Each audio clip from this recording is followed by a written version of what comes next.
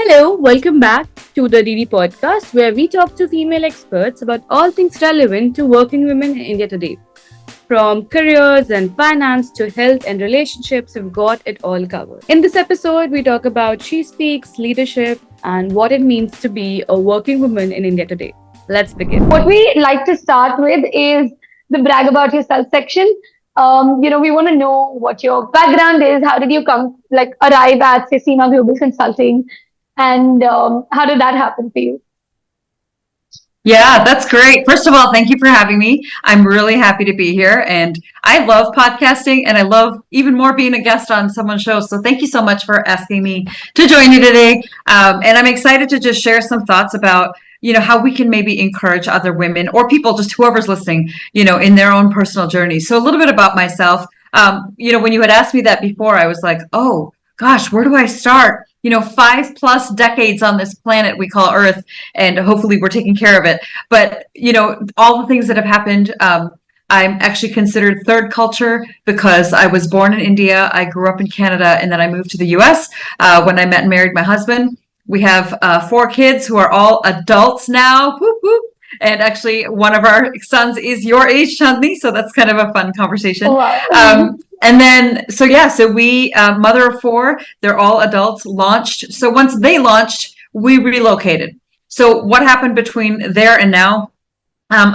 Several different things. I graduated from nursing school, but I also had my hairdressing license prior to that. So I graduated from nursing school. However, I failed my boards 3 times. We had to take government boards, and I failed them. And I laugh today. I've been laughing for years about it because it was the right thing. I know it happened for a purpose. And my husband and I had to decide what we were going to do as a result of that. So failing my boards really started that journey, that personal journey. So I failed my boards 3 times. So we had to really decide what to do next. And it was helpful that I had my hairdressing license prior to that. But what that taught me was that I know how to get up when I fall. And I didn't know that it would happen till it happened, right? So I just want to encourage people as they're hearing that part of my story, that sometimes you don't know how strong you are till you're in it, in a situation. And so I learned how to get up from the fall. I failed 3 times, not once, because once would have been fine, right? But nope, I needed to do it 3 times.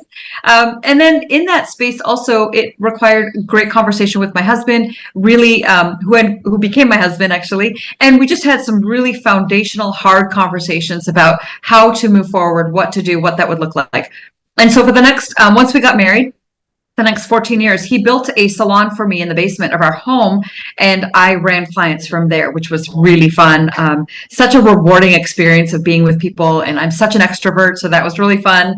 In that space, I had to learn how to run the business, but then also how to juggle my family. And then my husband's work schedule was a lot busier than mine, and different hours. So that took a lot of learning. So a lot of learning situations for us as we grew up. And I feel like I grew up with my kids because they were really teaching me a lot, being a student of them, being a student of marriage, and of my husband, learning about him. And then eventually in 2009, my husband and I adopted a little girl. So that was our 4th child. And so that brought a whole nother set of learning things to the table, and we learned a lot more about life, but about just what was important and how to navigate some of the bigger challenges that we were facing. And then we relocated here in about 2021. Really thrilled to be here in India. And of course, there was a bazillion other things that happened in those years, but man, I just was trying to, share it a little bit. So in a nutshell, I've spent 48+ years in Western culture and have relocated back here. So like I said at the beginning, I'm a third culture individual, which means I've got the culture of Indian, Canadian, and US culture in me. So as I navigate my DEIB work, as well as a diversity, equity, and inclusion and belonging practitioner, that comes in very handy. No, that's brilliant. I love that there's a hairdressing salon story in the basement of your home. That's why I like my hair. It's amazing. Yeah, I know. Wow, it's amazing. Give me a second. I think sorry, Kinita, that's brilliant. I think and tell me this, right? Like in terms of how did EI happen? How did you manage to how did you decide, okay, I'm going to be like a strengths coach, right? Where did this come from? Where did that avatar of your life come from? Was it because you saw this around you? Was it because you said, okay, I've seen it in, say, I don't know, my family or at other workplaces? How did that happen?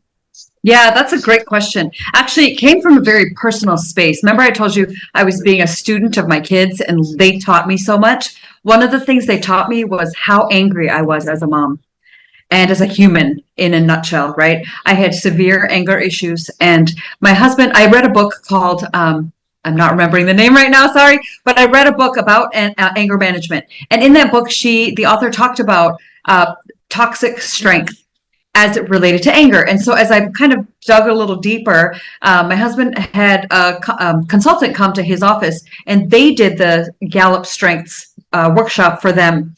And so he came home and he said, honey, I think this might be an important tool for you if you're interested. And I thought, okay, let me try. I had tried a variety of other things. And so I did the assessment. And then I started implementing it because it gave me such amazing language. It gave me peace in my heart to know that I actually have strengths. I was focusing on my insecurities. I was focusing on my fears. I was focusing on my weaknesses. And, it was just so that all of those things added to the anger. And so once I was able to really understand what my strengths were and implement them effectively, I felt my anger going down. And of course, I worked through counseling, did some other personal kinds of things that I share with my coaching clients as well, but really worked on myself personally and developed a sense of strong self-awareness. And so that then helps with the strengths. This was about 13 to 15 years ago. And I'm happy to say that that's what really motivated me.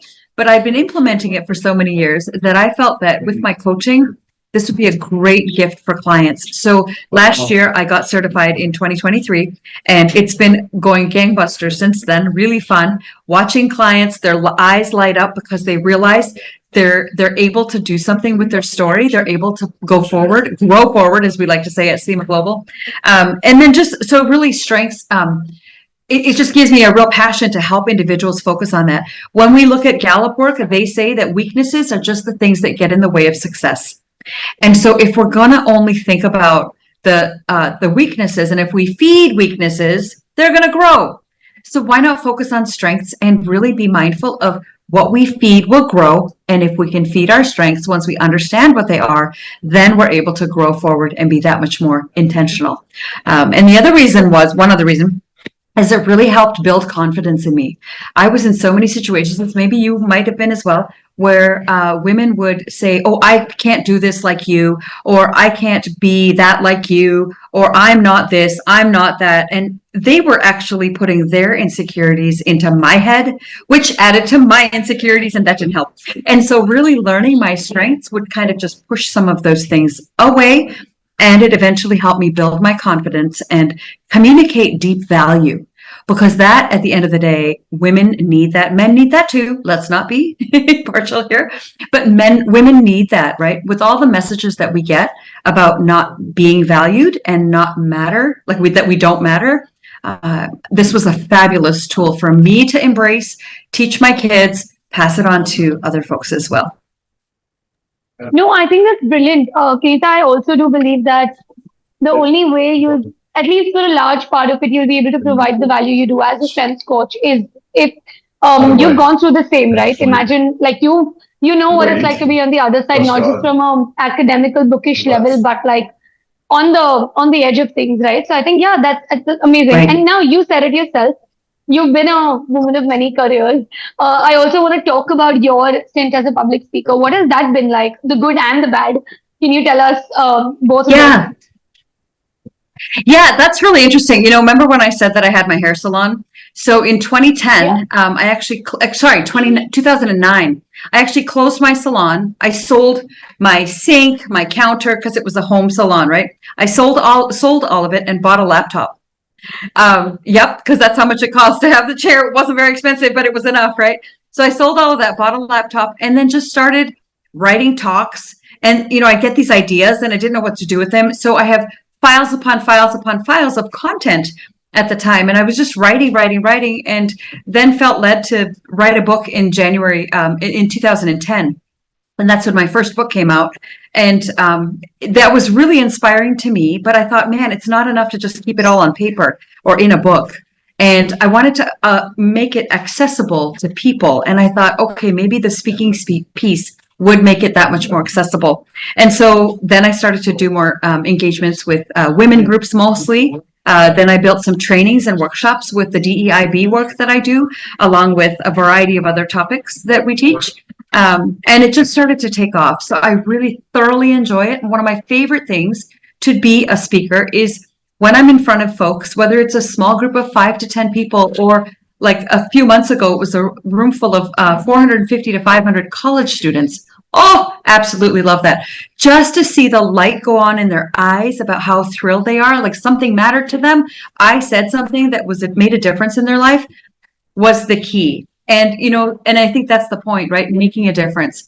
For me, being a speaker is one opportunity in one space that I know that I've got gifts that I can offer to other people, and to make a difference in that space. The challenge of being a speaker, though, I would say, would be that, as a woman, well, one as a woman, but then two, as a woman of color, because I've been in the US and Canada mostly, and then three, just being a speaker. Because a lot of people don't think that speakers should be paid for what they're doing. Because, shoot, you're just talking, right? Really? I'm just talking? No, I usually spend 2 to 3 hours of prep work the week of, and weeks before, when the idea is rolling into my head, right? Nobody takes into consideration prep time, let alone travel time or accommodations and a variety of other things. And, in the US, part of that was, oh, you're a woman of color. Maybe you don't have enough education. Well, good grief. I've got, loads of experience that adds a lot of benefit along with education. But there's just some of those challenges. And so when we have to face racism, and when I've had to face just being a woman in the context, and let alone in context with other women, like, yikes, competition, jealousy, all of that needs to stay off the platform with women. We need to work together. No, for sure. I think that's really lovely. What I look at it is exactly that it's just a medium through which you can reach more people, right? Like, that's the idea of being able to speak in public, speak in a way that's impactful, speak in a way that people decide to sit in the audience and listen to you. I think that's exactly it. No, that's lovely. For sure. And and I think if I could just add one more thing, sorry to interrupt you, is that, yes, I know that there are speakers that are very focused on a particular content, which is excellent. And then also a specific group. What I found with a lot of the work that I've put together and a lot of my content, it really does craft itself well to whatever group I'm dealing with. So I've spoken to teachers, I've spoken to college students, I've spoken to married couples, we've done marriage conferences, my husband and I together. I've done, solely women's groups of certain religious backgrounds, and then also professional women. So there's a gamut, right? We run the gamut of all the people that we can work with, because it's about the content and how we can deliver that. Super helpful. Definitely, yeah. And you touched upon this already, right? But one of the things I wanted to ask you was, what do you think are some of the biggest challenges these urban Indian women, right, face when it comes to progressing their careers? And you've, say, been in different industries, you've been among different people, and I'm sure you must have noticed some of these things that are common across women from various backgrounds, either while pursuing higher education, or even entering the workforce or re-entering the workforce. What are, say, some common challenges they come across? Yeah, I think, it crosses cultural lines with women in general, right? I have noticed and experienced across the globe, like a variety of the countries that I've lived in, but then also the experiences I've had within the context of those spaces. The challenges are all common and yet unique to what's going on in the context, right? So it's common, unique, and connected to the context, if that makes sense, And I think with Indian women, with Indian women specifically, I think my heart really breaks, because so many women are so qualified here in this culture, and they're not being acknowledged, they're not being allowed the space, they're not being allowed opportunities. And some of that is, with all due respect, this is a male-dominated society. It really is a male-dominated culture. And for when men can stand up for women, that's good. And I'm going to say something that might sound a little crazy, but that's good. But then again, it says we're waiting for men to stand up for us. Right? So I kind of struggle with that a little bit. However, I'm welcoming that. Please do come support the women, stand up for us, protect us. Right? I almost started crying the other day because I think last week, every day I have seen in the news, a little girl has been raped and murdered. And then on another note, it's like, oh, rah, rah for women empowerment. And it breaks my heart. I'm sorry. And it's not okay. And so if we're giving the message to little girls and young women that this kind of stuff is acceptable, then what's happening in the workforce, right? They're trying to break our spirit. And when I say they, I'm not talking specifically men, because here's the deal, right? I feel like us women, we need to do better. We need to stand with each other. We need to put the insecurities, the competition, and the jealousy in the fire. We need to put it aside. We need to burn that up because it's not helping us grow forward together. For all the folks that say we are stronger together, let's show what that looks like. Let's really link arms and help each other, right? So when I think of a woman who's going into the workforce, what are some of her challenges? She's carrying those messages in her heart and her mind and in her narrative that she doesn't matter, she doesn't fit, she doesn't belong, she doesn't have the strengths. And I think that for those of us, especially, for me, I'm in my mid-50s, and I think for women that are in my age group, what are we doing? How are we empowering folks like you, Chandni, and Anshika, to just really support you and cheer for you and celebrate what you're doing because you matter and we want you to continue that work with us, right? No, I think that's really lovely. One of the things that I remember, and not a question per se, right, but what I remembered is somebody told us that this competition between women comes from a space of feeling and knowing that there is less space at the top. And we've been told this, right? We've been shown that there's less space at the top, and that ends up creating this barrier between women themselves. And I think the opposing stronger idea we need to advocate for is that no, when you're together, you'll be able to fight that less space at the top, right? Instead of thinking short term. No, for sure. And yeah, you want to say something? Please go ahead. Sorry. I think you're right. The competition does start because there's less space at the top. But remember, like I said earlier, what you feed will grow. And if you just focus on there's less space at the top, and you forget who's beside you, and you forget who you're working with, or who you're working for, right? And I don't mean boss. I'm just saying on that team, like who's on your team, who's got your back, who's standing with you. We're going to forget that stuff because we're only focused on over there. And I'm not saying don't focus on goals. Of course, we need to do that. But sadly, and I think I look back at my own story. I was focused on becoming a nurse. I knew that I wanted to be a nurse. In fact, when I was 9 years old, I had a situation in my story where I was like, I'm going to be a nurse for the rest of my life. That's what I'm going to do. And it came to that. I graduated, but I failed my boards. I wasn't legally allowed to practice. And yes, that was heartbreaking. But I think what I also learned in there was like, you know what? Instead of only keeping all my eyes on the front, on that goal, I got to pay attention to what's going on around me. I got to pay attention to what will continue to strengthen me as I go forward. So I just kind of want to balance some of that thought process out for women, especially, and even for women who are not in the workforce. They're in the home and they're working hard, right? Let's not forget that. They're working hard. And so what's that ceiling for them? What is that goal? What are their goals? And so I think it can, I guess what you're feeding will grow.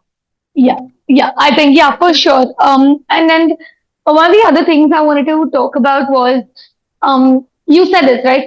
We carry these ideas with us. And one of the outcomes of that, I think what I've read about is that women struggle to advocate for themselves and their work, in their own careers. And we know that if we don't ask for it, it's not going to come to us. Like we are, we have to be in that space. So they do struggle to advocate for themselves.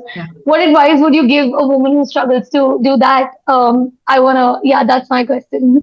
Yeah, that's great. What do you tell someone to advocate for themselves? I think self-awareness is key, right? Be aware of what your strengths are, again, strengths, but really more your qualities that help you grow forward.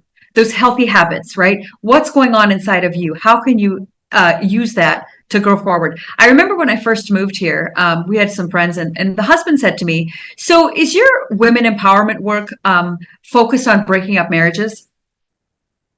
And I was like, "Are you serious? Did you just ask me that?" Like, my husband and I are going to be celebrating our 30th wedding anniversary in May. Oh my And God. I just thought the audacity of him to ask me that, right? He knows me really well. And for him to ask that, I was floored. And I said to him, I said, "No, that is not at all my angle. My angle is this." And it's not even an angle. I said, "My approach is this, that a woman would find her voice and learn to live in the skin that she's been given, period." Because I don't know what that is, right? Your story is going to be different than mine. Yeah, And exactly.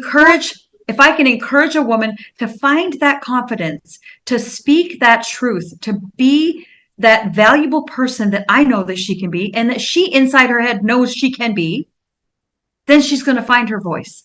And then she's going to be confident to live in the skin that she's in. When I was in the US, I wasn't white enough. Hello? I wasn't white at all. Right? I wasn't American enough. And now coming back to India, I'm reminded constantly that I'm not Indian enough. But guess what? I learned a long time ago that I'm enough. I'm enough. Yeah, yeah. And I don't need to sit here try to prove that I need to be good enough for this or that, whatever. And that's my voice, right? So the challenges are still there. But for these women who want to know how to grow forward in their story, is find your voice, learn to live in the skin that you're in, and surround yourself with people that will speak truth and speak life into you. I think I think that's something I'd pin for sure. Uh, so important. And Kirita, one of my pain points growing up has been seeing women who were not taught this, like seeing younger girls and seeing how that shapes who they are and how they're unable to sort of make the decisions that would clearly make their lives better. So I think that's why I really, really admire the kind of work you do, the kind of work people like us do, right? Because how else? Like, the idea is not to be sad about what's gone by. The idea is not that for sure. It is to tell more women this in any format, whether it comes from you to me, whether it will go from me to another friend that I speak to, a 14-year-old that, we'll Right. talk to. For sure. No, thank you so much for saying that. What I want to segue into is SheSpeaks. I know that's a huge part of what you do at Seema Global, right? So do you Yes. want to tell us how that works? And what I want you to tell us a little bit more about, because you're building this from like the ground up, is why are these networks important? Like, why are these women only spaces super, super essential in today's day and age? Yeah, that's great. Thank you. Yes, She Speaks is a very, very important piece of my story. One, because I'm an international author and speaker, and I speak, so She Speaks. However, and I did a podcast for several years, and that was really fun. I speak, and I do on platforms and workshops and trainings. But like I said a few minutes ago about helping a woman find her voice, because why? She speaks. Right. So there's a lot of puns there, but I think in the end, it's why did I start this? So in the US, while I was there for about 3 or 4 years, I was involved with a few networks that were really life-giving to me. I connected with some amazing women who were about being professional, but being authentic. I also met a lot of women that were in it to win it with me. And, some of that stuff really stuck with me. We also had some great speakers come into those workshops, or not the workshops, those network meetings. And, I would learn, I would grow and start to really understand some things. And then we moved here, and I started to look for that. I couldn't find it. No offense. I couldn't find it. I looked and I looked. And part of what was going on was people wanted more from me and my networks in the US, or my, experiences and those kinds of things, or just the money. Which I don't have, by the way, so, forget that. Anyways, I couldn't find what I was looking for. And, sometimes when we can't find what we're looking for, we build it ourselves. I tell my son that sometimes. He's an engineer. So I'm like, hey, guess what? And that's important. So then I thought of She Speaks, because it was part of all the work that I was already doing. And I thought, you know what? I want to build a platform. And it's not a platform, it's a place. I want to build a safe place. I want to build a safe place for women, professional and business women, but then women in general as well, because I want women to feel empowered. I want them to feel encouraged. and I want to equip them, right? I said, I have all this content that I want to put out and allow women to have access to quality content in a space that they can be comfortable in. So the first Wednesday of every month is what we do. And that's the online place that we meet so that all women have access. And so the stay-at-home moms have an opportunity to gain some kind of, some knowledge or encouragement or some equipping accessible. And then business and professional women will come on as well. And we have a gathering conversation once I've recorded the talk that I've given. And we have an online conversation about what's going on and about the topic. Then the week after, what I've been doing here in Nagpur is having a local coffee date where we continue the conversation. Yeah. And it has been so mind-blowing and so encouraging to me to just watch these women grow. Their personal lives have strengthened. Their marriages have been strengthened and deepened. Their parenting has improved. And for the single women, they feel that much more empowered to grow forward, whether they get married or not. They know that they are becoming more important to themselves and to the people around them, right? So it's kind of impacting women in so many different ways, in ways that I really didn't see coming. So I'm super excited about that. So SheSpeak really is a place. It's a safe place. We're kind of strict with who comes in. And so we try to make and I should say strict carefully. I'm in India, right? right now. But it's a space and a place that we want to keep safe. Psychologically safe. And so we have a membership that we offer to people through the link that we can put in the notes. It's why do we ask for membership? Somebody said to me, why don't you just do it for free? Why do you ask for money? Again, as a public speaker, right? Yeah. I'm asking for membership so that women can be more part of, get opportunity to be there.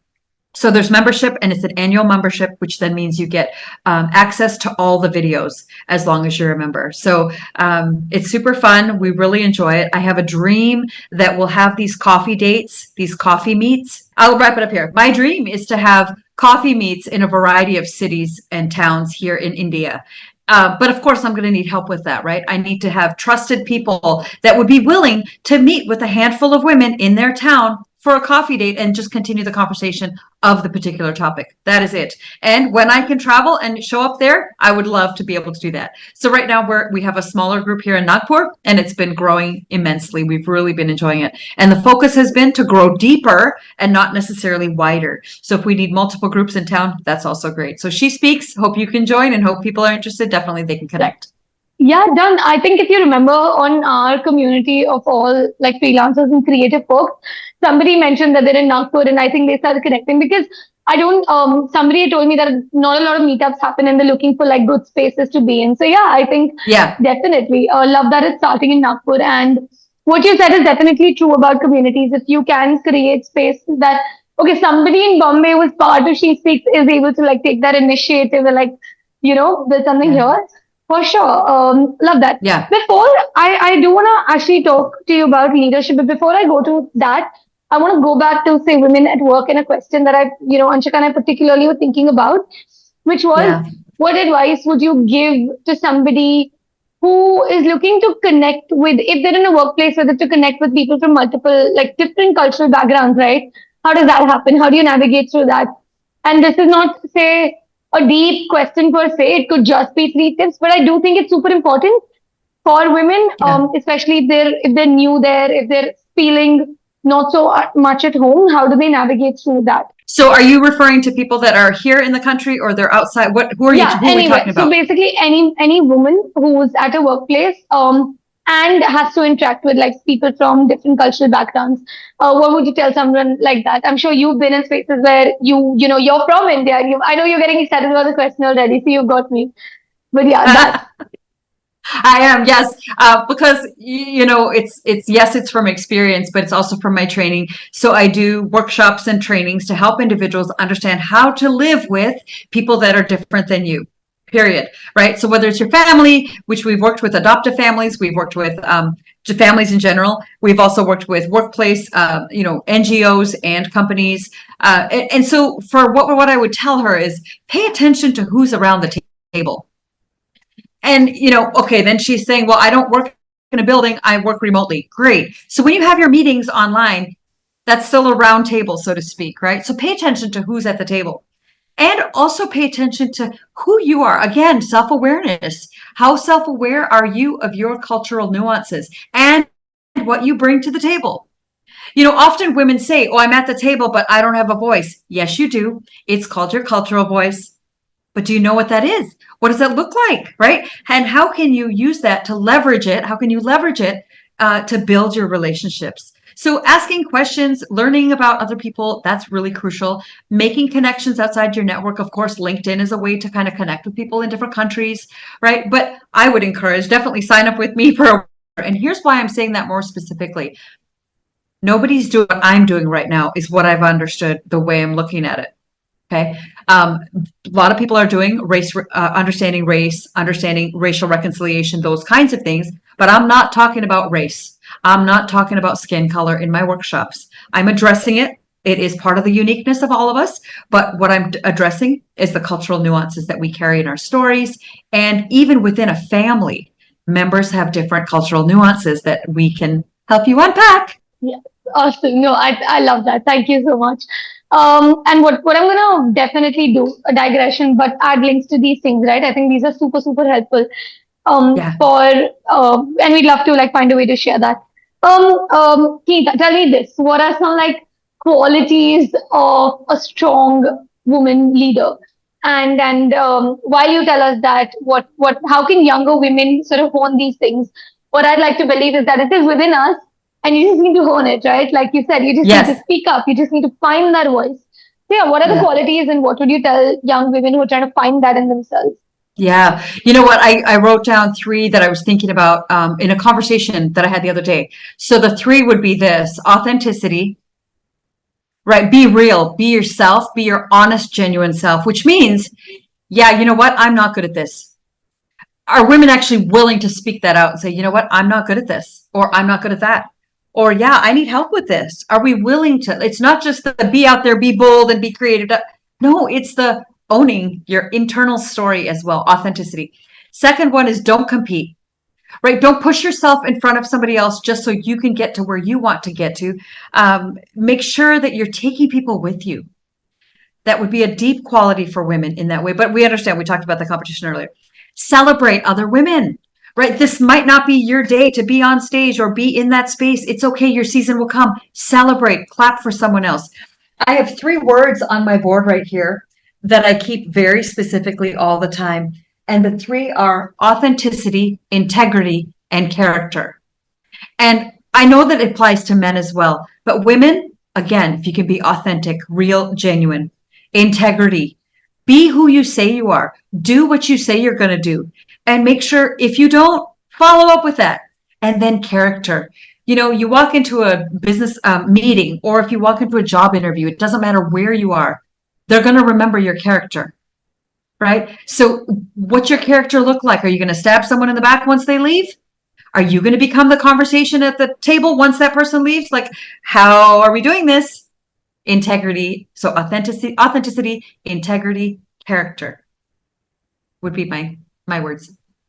Yeah, I think can you also answer the question on how to find this throughout, right? And what I understood and took away from this is one, to find people around you that cheer for you and help you be in a space where you're able to hear this, right? Like say only when I'm put in a meeting, and I'll give you examples from my life, only when I'm put in a meeting room when I'm say given the chance to speak, I'll realize, okay, this is my style, this is the way I am in front of people, right? So I think just being given the space to operate and do things in multiple different contexts is one way to like find that voice for yourself. And I'm sure it's an evolving process, right? You don't wake up and realize, okay, this is the kind of person I am, right? You learn it. Right. I can Huge imagine. Yeah, but process. that's what exactly. Yeah. Huge process. And exactly. I think if you figure it out, then what you can't experience much then, right? Like after like, what do you do once you've figured that out? Yeah. I think that's a good point because we've never arrived. Like if we have that attitude of like, oh yeah, I've arrived, ta-da, here I am. No, you're just in the right moment at the right time for right now. Because Yeah, I look back exactly. at my life and I'm like, I am not who I was in my 40s. I'm not who I was in my 30s. And even in my 50s, I'm still like, there's some days where I'm like, hey, I kind of like this, whatever this new thing is, or it's interesting learning, and you got to keep being a student of yourself You got to be a student of your spouse or partner, whoever's in your life really close. If you have children, you got to be a student of your children, right? And you know what? Yeah. Be a student of your friends. If we're not learning from our friends, then we're going to be takers all the time. Yeah. We need to also be givers. Yeah, I think I like to say I'm a work in progress. Like, Yes, we all are. yes, Good for you. right? Definitely. Awesome. Now, the other thing we notice, right, in terms of what we read about on the internet, when we speak to people, etc., is that a lot of women also struggle with self-doubt. And while we touched upon that, I want to ask you more in the context of like leadership. What do you Yeah. tell women who feel like they're not good enough to be leaders? Like even we meet some Yeah. women who are super confident, like in general, they're confident, right? But when it comes to, say, leading something, whether it's a project or whether it's something at work, they don't feel they're in a place to do that. Where does that come from? Why? And what would you tell that woman who is confident in general but struggles to understand that, okay, she is capable of leading something? Yeah, I think, that's a loaded question, so I'll try to answer it simply. But I think that's imposter syndrome, right? That's imposter syndrome. That's what's creeping up into her story. I know for me personally, when I was growing up, it was not a lot of hope based on my childhood experience and a lot of the messages that I was given. And so I, really struggled. And what I was struggling with was trying not to believe those lies. But I didn't know they were lies. To me, they were truth because they were repeated so often. And so when I finally got to, I think in my teen years, it was like, oh, I have the ability to volunteer in this at my school. And, try this leadership spot, just try these different things. And then ultimately, there were a variety of other situations, but just I had to deal with those myself, right? I had to face the fact that a lot of these things are lies that I was believing, and those lies were then holding me back. And if I heard those lies come out of friend's mouth, boundary, toxic friend, not a friend, right? Yeah. Or if I heard the lies come out of someone else that, in a workspace, work environment, I taught myself how to pay attention when those lies came because I was trying to focus on growing forward, right? So even when I did my strengths, I got new language when I did that assessment because it really helped me remind me what kind of a leader. So at the end of the day, it's like I'm a leader as a mom. I'm a leader in my marriage to some degree because I know different things than my husband does, right? I'm also a leader with my friends because maybe I've had more experience or more education than they have. So I think for every woman, she has to like grab the bull by the horn, so to speak, and be like, just find a mantra, find something that helps her stay grounded and remind yourself that you're a leader, right? And so, because even if it's generationally, like you're my age of my son, I'm a leader in my area, but I'm also a leader to you. Not that you've signed me up to that, but there are things in your story that you might want to learn from someone my age. And I think for myself, I've been looking for women my age, even in this season, and it's a bit of a struggle, right? Because I'm looking for just that support, that leader support to keep helping me jump the small bumps. So I think that, so it's imposter syndrome, which is a lie, right? It rears its ugly head. And so I guess when a woman can practice and learn into a deep space that she's enough, do it. And then the second thing is I learned the hard way that I was in my own way. And I practiced for 3 years. For 3 years, every situation I was in, Kinita, get out of the way. Kinita, get out of the way. Just lead. Just to do what is the gift in me. Just do it. So we have to get out of our own way. Yeah. Guilty as charged. Oh, girl, you got time to learn. It's okay. Yeah, exactly. That's what I hope for sure. No, and then one of the things that you talk about often, and I see, say, women struggling with, right? It's a generational thing in India that we are not taught to prioritize ourselves, and and right, we're not, like, whether it's ourselves, like whether it's our well-being, whatever it is, we're not.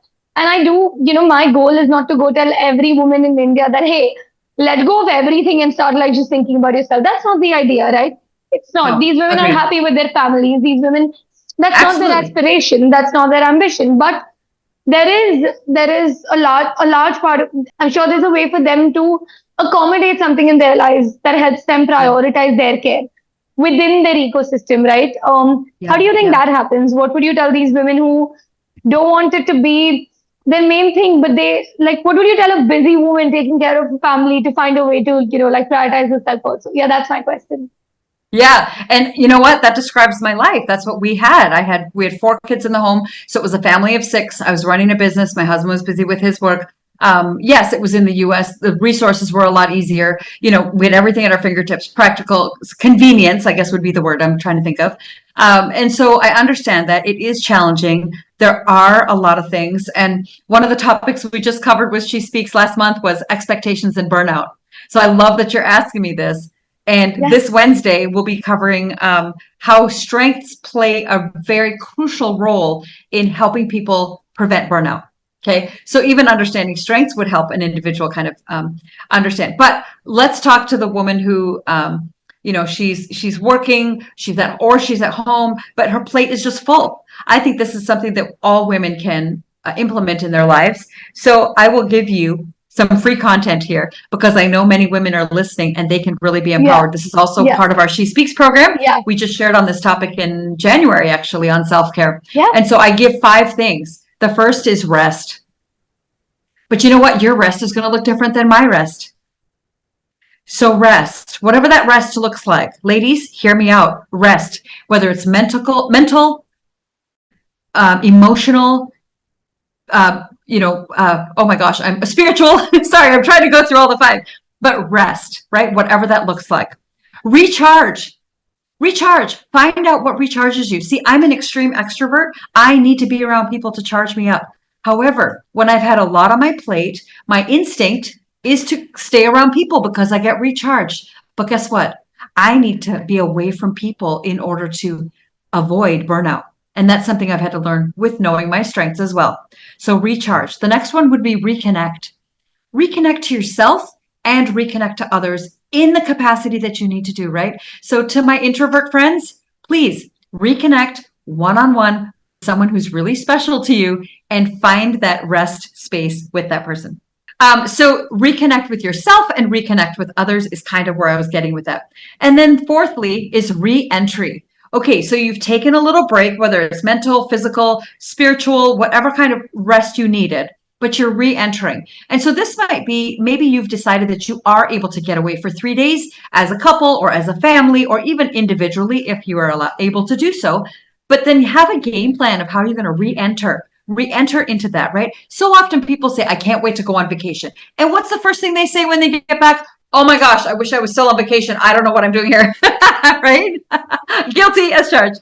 So what does that reentry look like? Often my husband and I would, twice a year, we'd go away for 3 days and make sure we had quality time. But our conversation coming back was like, all right, what are we going to do different?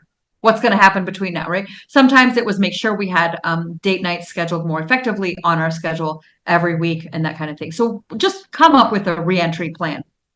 Yeah. And then rhythms. This one is very crucial. Rhythms. Have your rhythms. Make sure you have, it's not I have to, get the kids up, make breakfast, lunch, and dinner, then do this. That's not a rhythm. That's a to-do list.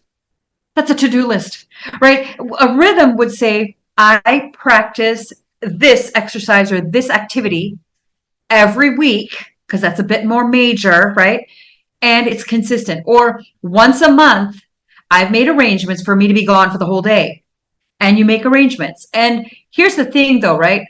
That's going to involve a lot more communication for some women that are staying at home, working for the family and working with the kids. It's going to take more communication. It's going to take the support of their dear husbands or partners. It's going to take, just an intentional observation of your own self-care and self-awareness. And so rest, recharge, reconnect with self and others, re-entry, and rhythms. Best self-care. Because it's going to look different for everybody. Yeah, I think rhythms are something I'll also take. I mean, obviously, I'm aware that I'm in control of my schedule for a large part of it, but that's something I would want to start from today also, right? Like have those, things in place. Oh, that's lovely. Thank you for that content. I know it's a part of like your program, but Yes. yeah, I hope this gets more people. Absolutely. Yeah. One of the things, okay, we talked a lot about rest, like coming back from things. One of the things I want to talk about is that we believe, both Anshika and I, that growth does not happen in your comfort zone. It only happens like there will be pain in when you're growing, right? Like there will be discomfort. So what would you tell women who must get out of that comfort zone, who want to grow, who want to take on new challenges? Where do they gather the courage from? I think that's a really good question. And maybe what I'm thinking of is the mom who's staying home with the kids, and the kids are little, right? They're education, school age, that kind of age. And maybe they're like, oh, I just want to get out of here. I just want to get out of here. I just want, no, you know what? This is what you're called to do right now. You're a mom. And so are there podcasts you can listen to? Hello, there's a shout out for this one. Are there books you can read in the meantime? Are there ways that you can let your child be responsible for themselves so that you get some downtime in your day? Right? I know for me, when my kids were really little, my alone time first thing in the morning was absolutely crucial. And we had one son, which was our number 2 son. He would be up at like 6:30. And it's like, sorry, honey, too early. But mom, I want to hang out. Okay, you know what? So what I would do, I'd be on the couch with my journal and my space together, just having my time. And I would set him up on the couch with a nice big blanket and a toy. So he knew he was in mom's space, but he wasn't in mom's space. Right? And that takes a lot of practice. I think we need to teach our kids at a very young age. I mean, this could be a parenting workshop conversation at some point, but we need to teach our kids independence from day one, like from when they're very little. Practice that weaning, practice that empowering. And so what that does for us as moms and women is gives us time. We find time in our day. We find those minutes. And maybe it's just minutes. And so take those minutes for today, and tomorrow you might find a few more minutes, and then you just kind of keep building on it. But it's important that we focus on the season that we're in and not just long for the season that might come or might not come. I think, and there's other things that I could share in that space too, but just longing for those things ends up adding to anger, adding to frustration. And who's carrying that? The kids. Now, to the families that don't have kids, the moms who are in the home, the women that are in the home and they don't have kids, but they're working full time. Maybe there's a pressure of like, oh, got to stay on top of the business, train the whole time. Okay, great, do that. But hey, don't forget about yourself. Right? Take time for yourself. Find those minutes. Maybe it's I don't have time to exercise. Okay, if you live in a building or if you're working in a building, take the stairs. Don't take the elevator, right? Just little ways to take care of yourself. Yeah, for sure. Definitely. Kinita, that was all the questions in terms of getting to like prompting you to speak to younger women. What Anshika and I end with, we've been speaking to a lot of women. What I want to ask you is, what do you, as a woman of today, want? And I'll leave that question there. I don't want to give you more context, but the first thing that comes to your mind. Gosh, what do I want? I want a lot of things, but what do I need? At the end of the day, that's what I've learned to appreciate is the difference between want and need. And I need every generation behind me to get it together. Get it together. Right? I mean, I want and I need young women to be respected. I need and I want people to be more cooperative and have more harmony. And I'm not just talking about, oh, peace in the world. Yes, of course, we want that. We need that. But, I want people to feel full in their hearts. I want people to shine. I want more people to really sing what's in their hearts, their soul song, their soul music, right? I want people to feel connected to other people in honest, healthy, authentic ways, right? Mental illness. I want young people to stop dying. I want that. And I want to be part of that to help encourage and empower. And I think that's where it comes from for me. Mental illness, right? That's a whole nother topic, but just, I want health for people. I want emotional health. I want spiritual health. I want mental health for people. And so I want people to thrive. I want them to thrive where they're at. And because I get to work with so many women, I love that. But I love working with men too. They've got some amazing ways to, input back into society. So those are some things that I want, I guess, in that way. Yeah, no, thank you so much. No, yeah, for sure. Was there a parting thought you had that I didn't touch upon that you want to leave us with? Because I truly enjoyed this. I think I tell Anshika that I need an hour after each episode to just like reflect, right? Took some notes that I would come back to as an individual. I mean, I'm glad we get to be the engine through which these conversations go out, but so much to learn for me Yeah, as an individual as well. But did you have a parting thought? I do have a parting thought. My parting thought would be this, that don't be a colleague, don't be an employee, don't be a manager. Be you. Just be you, right? And learn to live your story. It's not going to be accepted by everybody, especially if it's not going to be accepted by you. Yeah. Hashtag Yeah. live your story is kind of what I Yeah. like to say. Yeah. No, I think what the other hashtag is like the not just go forward but grow forward. I love that so much. I've been Yeah, thinking about it throughout. I love that. yeah, Yeah, for sure. And I'm sure it must be a favorite among people also. I don't think it's something that leaves your mind. I think it's stuck in mind for sure. Yes, yeah. awesome.